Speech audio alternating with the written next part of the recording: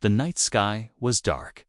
3 moons shone above, casting a pale silver light over the thick alien forest. Strange trees twisted toward the sky like frozen smoke. The leaves glowed faintly, and the air was cold and quiet. Lieutenant Marcus Rell, a human soldier, moved carefully between the trees. His boots made soft crunching sounds on the moss. His eyes watched every shadow. He was on a mission. His drone had crashed somewhere in this area. He needed to find it and leave quickly, but something was watching him. He could feel it. The back of his neck tingled. He stopped walking and slowly turned his head. There between the trees stood a girl. She was not human.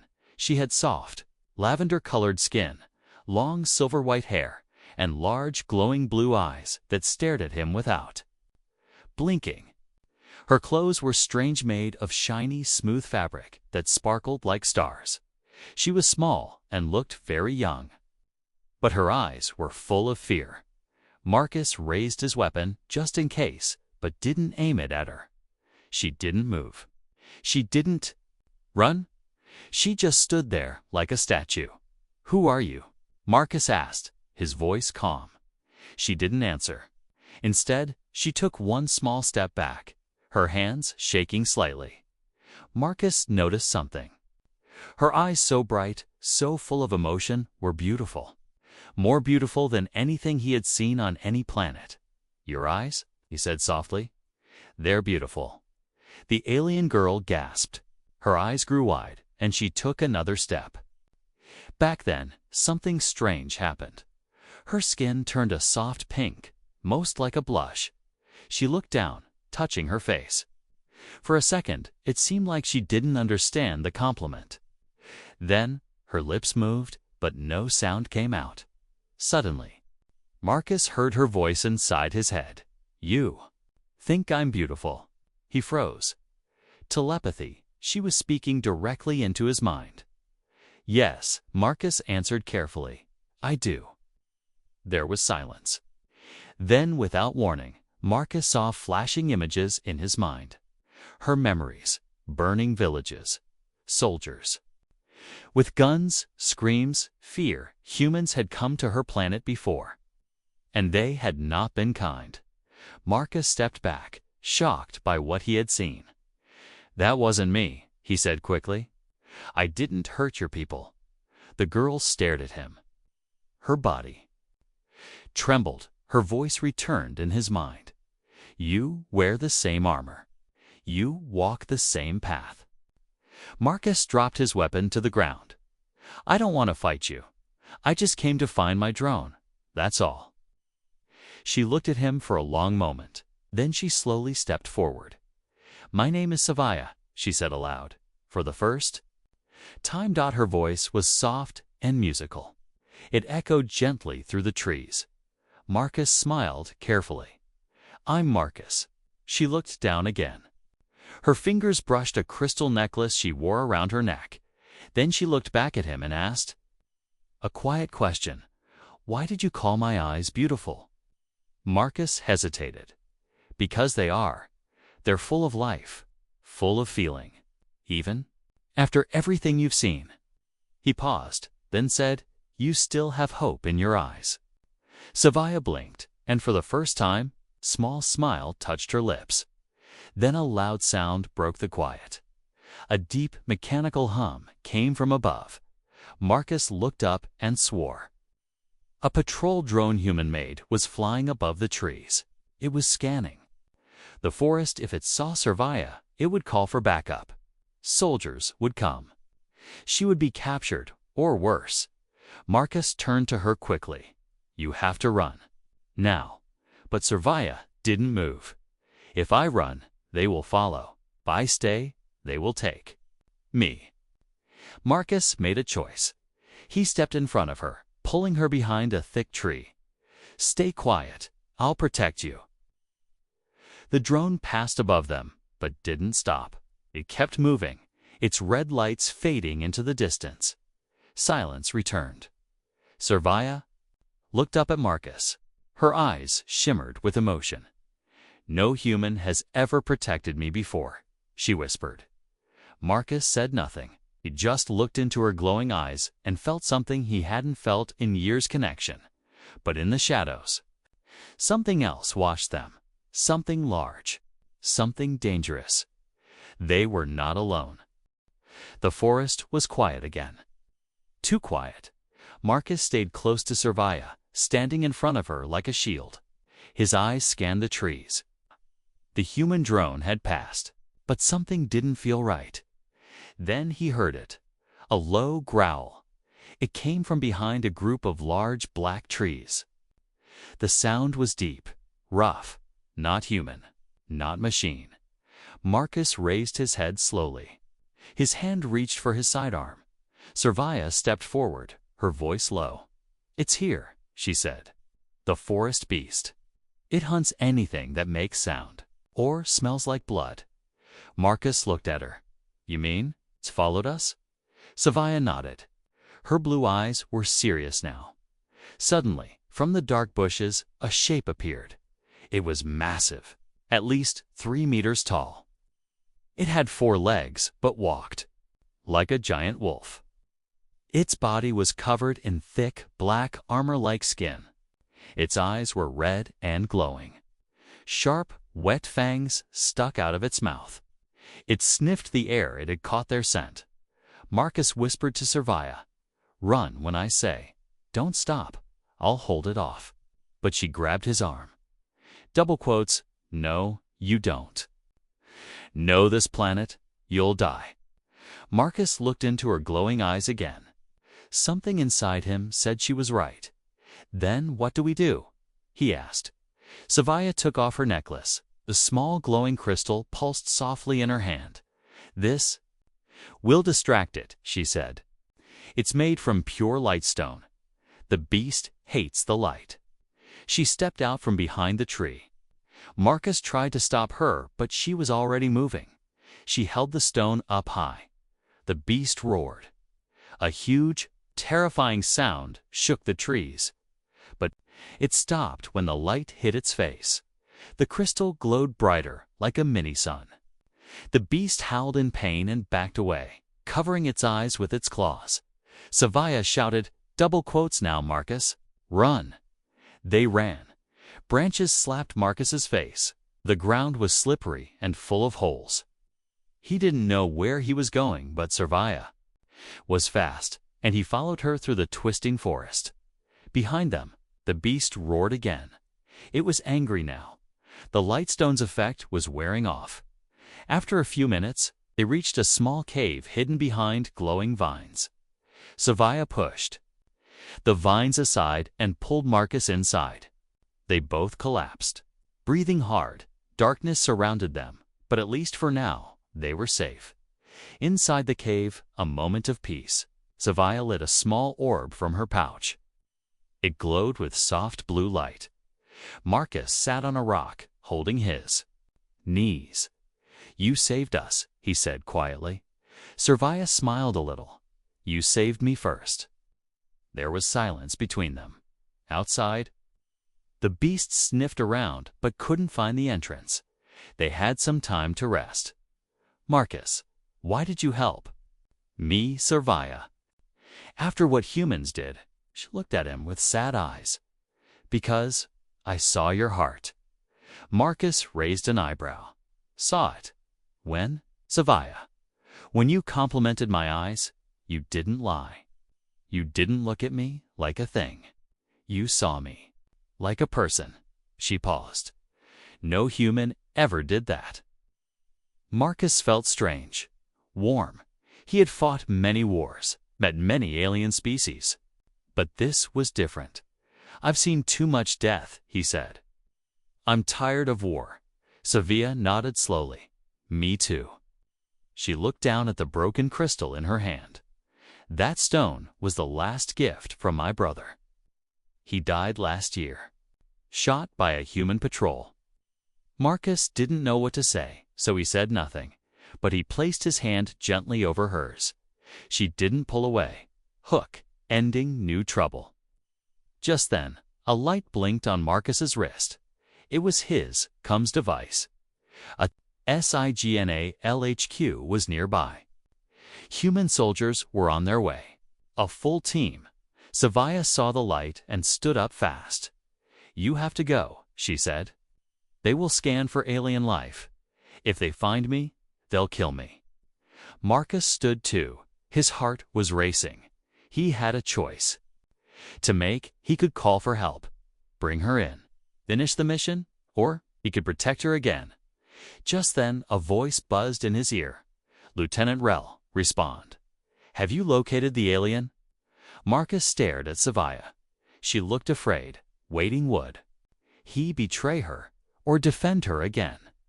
The voice in Marcus's earpiece repeated, "Lieutenant Rel, respond. Do you have eyes on the alien?"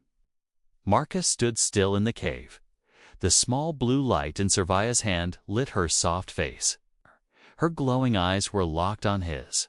He could hear her breathing. She looked scared again. Not of him, but of what might happen next. He looked at the blinking device on his wrist, then back at her. Then he made his choice. He pressed the button on his wrist and spoke into the mic. "This is Rel. No signs of life here. Area's clear. I'm moving back to base." There was a pause. Then the voice replied, "Copy that, Lieutenant. Return to command and keep your sensors on. HQ out." Marcus shut off the device. Savia let out a breath she had been holding. "You lied. To protect me," she said softly. Marcus nodded. "They would have taken you. Or worse, I couldn't let that happen." Savia stepped closer. "You risked your life." Again, Marcus didn't speak. He just looked at her. Her silver-white hair shimmered in the soft light. Her lavender skin glowed slightly in the darkness. There was something peaceful about her now. She reached out and touched his hand. It was warm, gentle. "You don't feel like a soldier," she whispered. He gave a small laugh. "I don't feel like one anymore." Scene back in the forest. A new path. They left the cave quietly. The forest was still dark but calm. The beast had moved on. They walked together slowly under the glowing trees. Savia led the way now. She knew the forest better than anyone. "There's a place," she said. "A hidden village, deep in the trees. My people live there in secret. Marcus, will they trust me?" Savia looked at him. "They might, if I tell them what you want." Did he nodded? "Then take me there. Maybe it's time I stop following orders and start doing what's right." Flashback scene. Marcus's past as they walked. Marcus remembered something. A little girl. Years ago. During a battle on another alien planet, he had seen a small alien child, just like Savia, caught in crossfire. His unit had destroyed her home. She had looked at him with the same glowing, terrified eyes. He had done nothing then, but now he had a second chance. Seen the hidden village after a long walk. They reached a thick wall of trees. Savia placed her hand on a large stone. It lit up with soft purple light. The trees slowly opened. Behind them, small village appeared. It was beautiful homes built into glowing trees, lights floating through the air. Children playing silently. But when the villagers saw Marcus, everything stopped. They backed away in fear. Weapons were raised. Whispers filled the air. "Human. Human soldier." Savia stepped forward. "Wait. He's not here to harm us." An older alien man stepped out. His face was marked with scars. His eyes were sharp. "You bring him here, Savia. After all, we lost." Savia didn't step back. "He saved my life.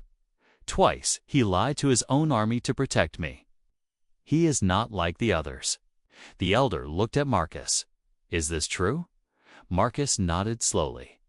"Yes, I'm done with war. I only want peace." The elder didn't speak for a long time. Then he lowered his weapon. "Then stay. But if you lie, the forest will judge you." Nightfall, a new bond forms that night. Marcus sat by a small fire beside Servia. The village was quiet. Safe. He looked up at the stars. Funny, he said. I was sent here to complete a mission. Instead, I found something else. A Sevilla. What did you find? He looked at her. A reason to change. She smiled, her eyes glowing softly in the dark, but just as peace settled around them. A sound buzzed in Marcus's old earpiece. He picked it up. A voice crackled through. Lieutenant? Rel, you lied to us. We tracked your signal. You are not alone. Marcus's eyes widened. They were coming. The message in Marcus's earpiece was clear. Lieutenant Rel, you lied to us. We tracked your signal. You are not alone. His heart dropped. They were coming. The humans his team had found his location. They knew he was hiding someone. Marcus stood up quickly and looked at Servia, who was sitting near the fire. She saw his face and stood too. What is it? She asked. Marcus didn't hide the truth. They tracked me. They know you're here. Servia's smile faded as she stepped back, fear returning to her eyes. In the village, a loud horn blew. The sound echoed through the trees. Alien guards appeared, running to the center of the village. The elder came forward. What's going on? He asked sharply. Marcus turned to him. Your village isn't safe. Human troops will be here soon. The elder's face turned hard. You led them here. Servia stepped forward quickly. No, he didn't mean to. He tried to protect us. He warned us, but it was too late. The villagers began panicking. Mothers grabbed their children. Guards prepared weapons. Fear was everywhere. Outside the village, soldiers land above the forest. A large human transport ship descended. Its engines roared through the sky like thunder. It landed near the outer edge of the forest, kicking up dust and leaves. The back ramp opened and heavily armed soldiers stepped out in black armor. Their helmets shone under the moonlight. At the front was Captain Marlowe, a tall, cold man with a long scar over his left eye. He looked at his tracking device and pointed forward. He's here. And he's hiding the alien. Find them. In the village, the decision Marcus turned to Servia and the elder. There's still time. If you run now, they won't catch you. The elder shook his head. We won't run again. We've been hiding for years. We have nowhere left to go. Servia looked up at Marcus. You don't have to stay. If you go now, they might forgive you. Marcus shook his head firmly. No, I started this. I won't let them hurt you. Askia placed her hand gently on his chest. Then we fight together. Marcus nodded. Moments before the attack, Marcus took out his weapon and checked the energy level. It was full.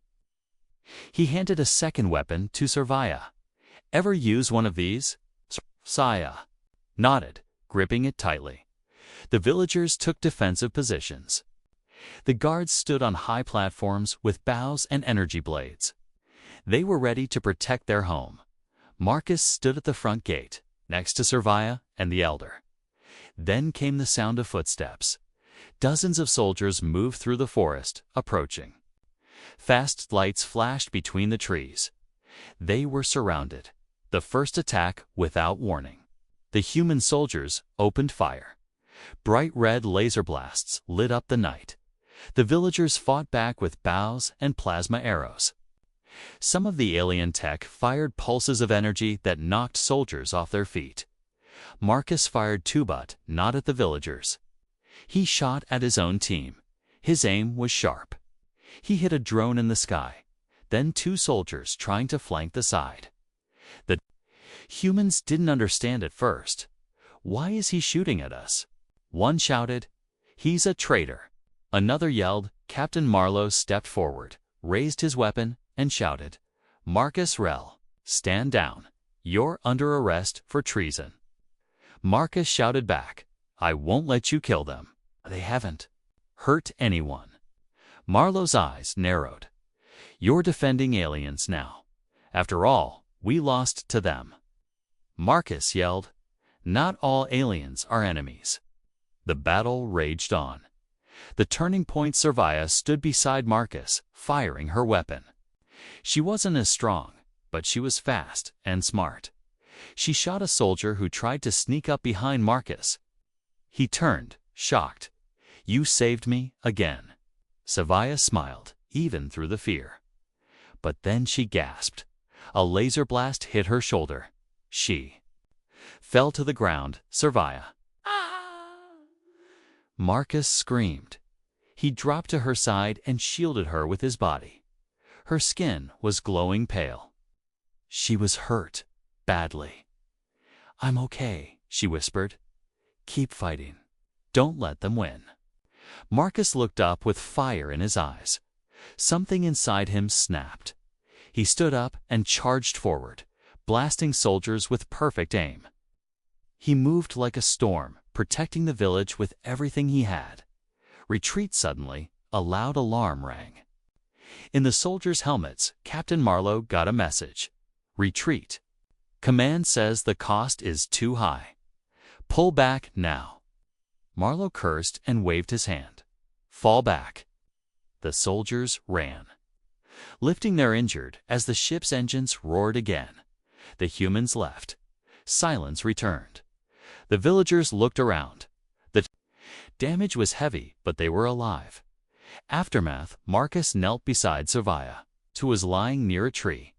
Her wound was healing slowly, thanks to alien medicine. She smiled weakly. You didn't leave. Marcus, I never will. The elder walked over and looked at Marcus with new eyes. You are not like the others. You have earned our trust. Marcus nodded, but deep inside, he knew this wasn't over. If Command found out the truth, they would return with more fire, more power, and next time, he might not be able to stop them. The battle was over. The human soldiers had left, but the forest was quiet in a strange, heavy way. Smoke rose from broken trees. The ground was burned in places. Some homes in the alien village had been damaged, but most were still standing. The villagers worked silently. They cleaned the area, helped the injured, and gathered food. No one laughed. No one smiled. But they were alive, and they all knew why. Because of Marcus Rell, the human who had fought for them, not against them. Scene: Healing Hut. Servia's recovery inside a small healing hut. Servia lay on a soft bed made of moss and salee. I lay on a soft bed made of moss and glowing fabric. Her shoulder was bandaged with a thin strip of alien healing wrap. It pulsed with gentle blue light. Marcus sat beside her, holding a warm drink the healer had given him. She opened her eyes slowly and smiled when she saw him. You're still here, she said softly. Marcus smiled back. I'm not going anywhere. She tried to sit up, but winced in pain. Marcus gently stopped her. You need rest. Servia looked at him closely. Why did you stay? Why risk your life for me? He looked down at the drink in his hands. Because I've done bad things in the past. I followed orders without thinking. But when I saw you, I knew I had to make a different choice. She touched his hand. You chose kindness. That matters. Seen outside a surprise visit that night, while the village was quiet. A small signal beeped on Marcus's old communicator. He checked it quickly. It was not from the army. It was from someone else. A secret message. He stepped away from the village and played it. A soft voice came through the speaker. Marcus. It's me, Dr. Yara Quinn from Science Unit 7. I know what happened. Command sent the strike team after you. But not all of us agree with them. Marcus listened carefully. We've been watching your signal. We saw what you did. We believe those aliens may hold the key to something powerful. Something peaceful. Marcus narrowed his eyes.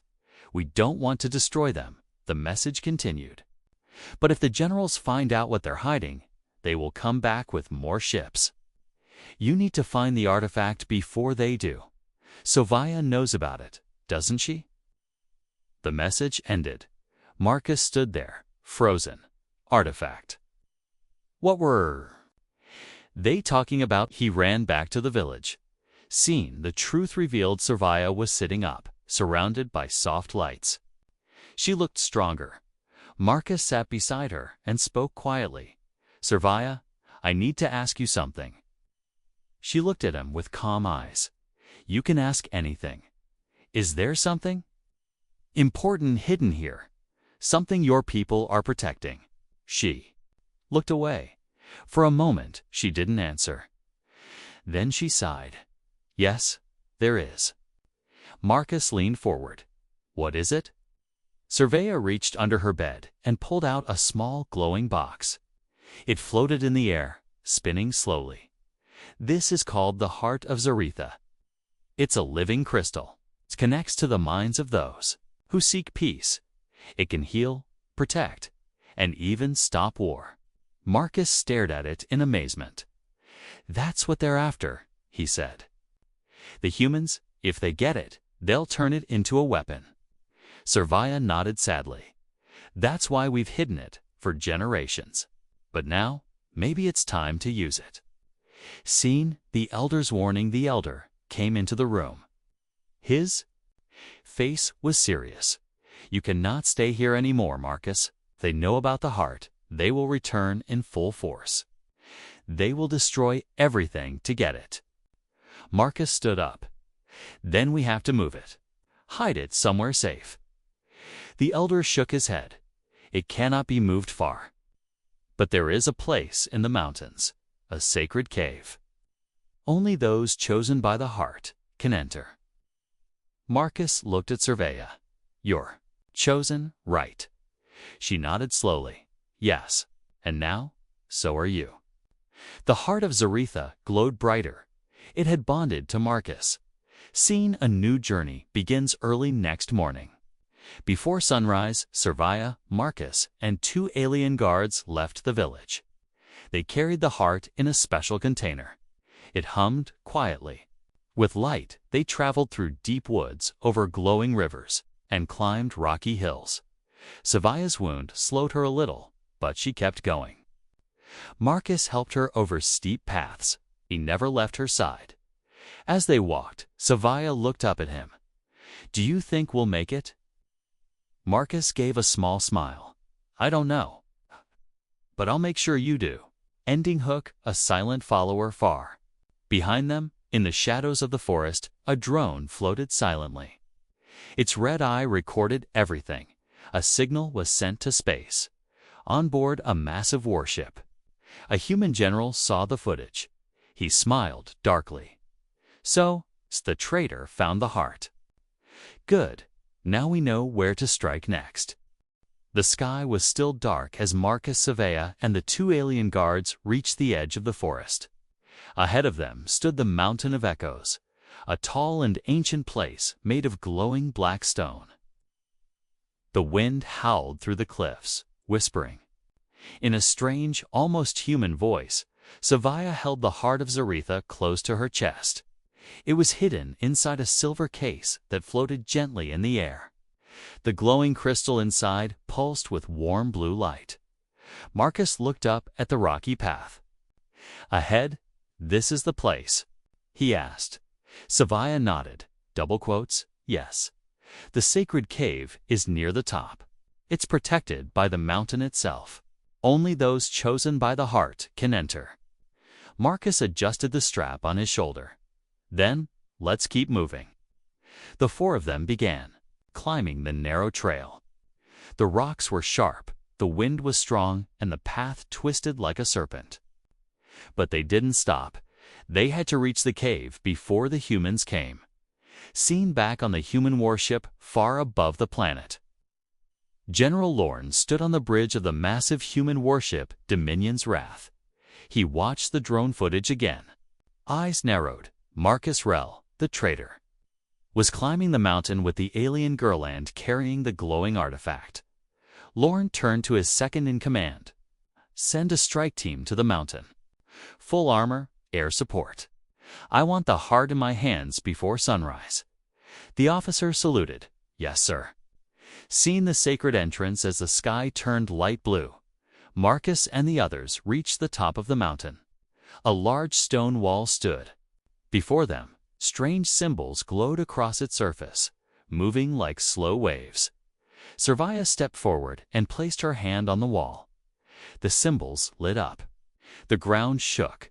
A hidden door opened, revealing a glowing cave inside. Marcus followed her. In.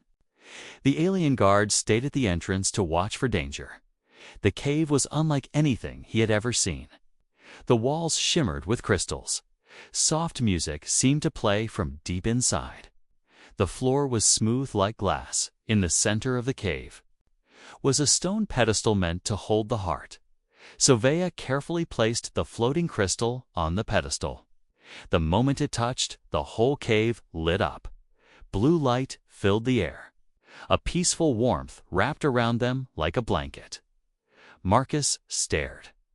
In wonder, "It's beautiful." Servia smiled gently. "This is what peace feels like." Seeing sudden danger outside the cave, the wind changed. The alien guards heard something sound like falling metal. Then came the attack. Human dropships appeared in the sky, coming down fast. Dozens of armored soldiers jumped out, firing lasers and energy rounds. The guards fought back but were quickly overwhelmed inside the cave. Marcus heard the explosions. He turned to Servia. "They're here." She grabbed the heart from the pedestal, but the light didn't fade. The cave had been activated. "We can't run now," she said. "The cave has chosen us. It wants to protect us." Marcus aimed his weapon at the entrance. "Then we protect the cave." Seeing the final stand begins, the first soldiers entered the cave. Marcus fired without mercy. He hit 3 before they could take cover. Servia used her own alien weapon, firing bright energy blasts that echoed through the cave. More soldiers came, but something strange began happening. The walls of the cave started glowing brighter. The floor moved slightly, pushing back the soldiers. Then a shield of light formed in front of Marcus and Seva. It blocked all weapons. "The heart is protecting us," Seva whispered. But they couldn't keep hiding. If the soldiers found a way around the shield, it would be over. Marcus took a deep breath. "I have an idea," he said. "But it's risky." Seeing Marcus's plan, he pulled out his old communicator. He opened a direct link to General Lorne. "This is Lieutenant Rel," he said loudly. "I know you're listening. Stop the attack. We need to talk." A moment later, Lorne's voice replied, cold and sharp. "You're a traitor, Rel. You'll be court-martialed and executed." "Maybe," Marcus said. "But first, listen to me." He aimed his camera at the heart. "This thing, it's not a weapon. It's alive. It chooses peace. If you take it by force, it dies. You'll lose what could save billions." With silence, "You're lying," Lorne finally said. "Then come see for yourself," Marcus said, "but come alone." He ended the transmission. Seeing Lorne's arrival an hour later, a single human shuttle landed outside the cave. The soldiers stayed back. General Lorne entered the cave alone. Walking slowly, Marcus stood waiting. Servia stood beside him, holding the heart. The glowing crystal pulsed gently. Lorne looked around the cave, clearly amazed, but his eyes were cold. "You betrayed your own kind for this?" he asked. Marcus, "No. I did it to save what's left of our humanity." Servia stepped forward. The heart floated into the air. It glowed bright and a wave of calm filled the cave. Lorne's face changed. For a moment, his eyes softened, but then he stepped back. "It doesn't matter. Command will never allow peace. Marcus, then we'll fight. Not to destroy, but to protect." Ending hook. A new beginning. General Lorne turned and left the cave without a word. The soldiers did not attack again. Marcus and Savia remained inside, the heart glowing between them. For now, the cave was safe, but the real war had only just begun.